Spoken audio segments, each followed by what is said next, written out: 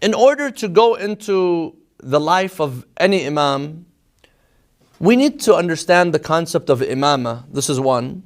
And we need to understand that the imam is appointed by Allah subhanahu wa ta'ala. The position of divine leadership, imamah, divine leadership, is appointed by Allah subhanahu wa ta'ala. And this is the major difference between Sunni and Shia today.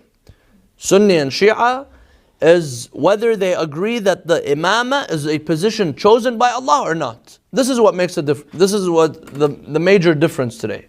Does this person have to be chosen by Allah, or does this person not need to be chosen by Allah? This is how you can tell whether a person is a Shi'i aqidah or a Sunni aqidah.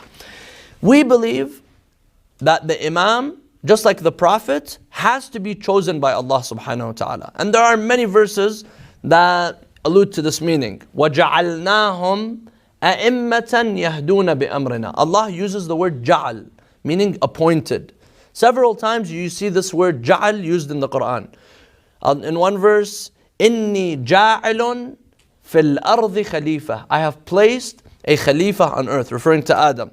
In another verse, إِنِّي جَاعِلُكَ لِلنَّاسِ إِمَامًا. I have appointed you as an imam for the people, referring to Ibrahim. وَجَعَلْنَاهُمْ أَئِمَّةً. And we appointed them as imams, as leaders. وَجَعَلْنَاهُمْ أَئِمَّةً. Of course, once we accept this concept of ja'al, the concept of appointment, which is, of course, it has to do with Allah subhanahu wa ta'ala, has to do with the concept of the adala of Allah, the justice of God. Because of God, we believe one of our usul al-deen is the justice of God, right?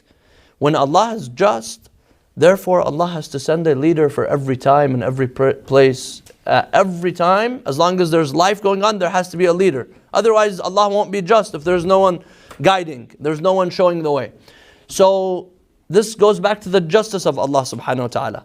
Another issue that goes back to the justice of Allah is that the imam has to be equipped with certain qualities.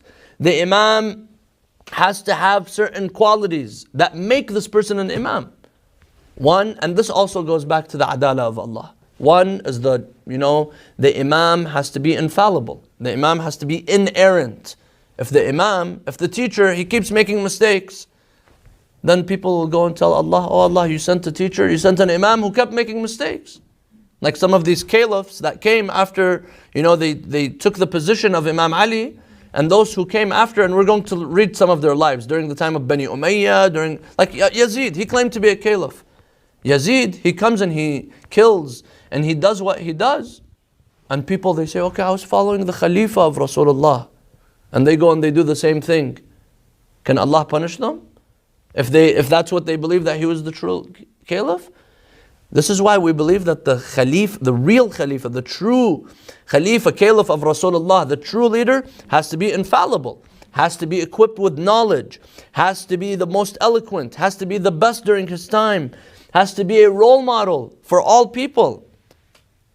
And this, if any of these conditions and criteria are missing, then this goes back to the concept of justice of Allah. That means Allah is not just. If Allah sent a role model who's not an alim, how is he supposed to teach us? How is he supposed to guide us? It all goes back to Allah subhanahu wa ta'ala. And this is why in the Shia school of thought, we have two usul al-deen that are different from the Sunni school of thought. What are they? Adala and imama. Imama is obvious because we believe in the imams. They are chosen by Allah. But the adala and the imama are all connected with one another. And they're connected with tawheed, they're connected with ma'ad, they're connected with nubuwah. And your logic leads to all of these. So, the imam has to have the qualities, has to be equipped with knowledge, has to be infallible. Keep this in mind when you go and you read about the life of the Imam alayhi salam.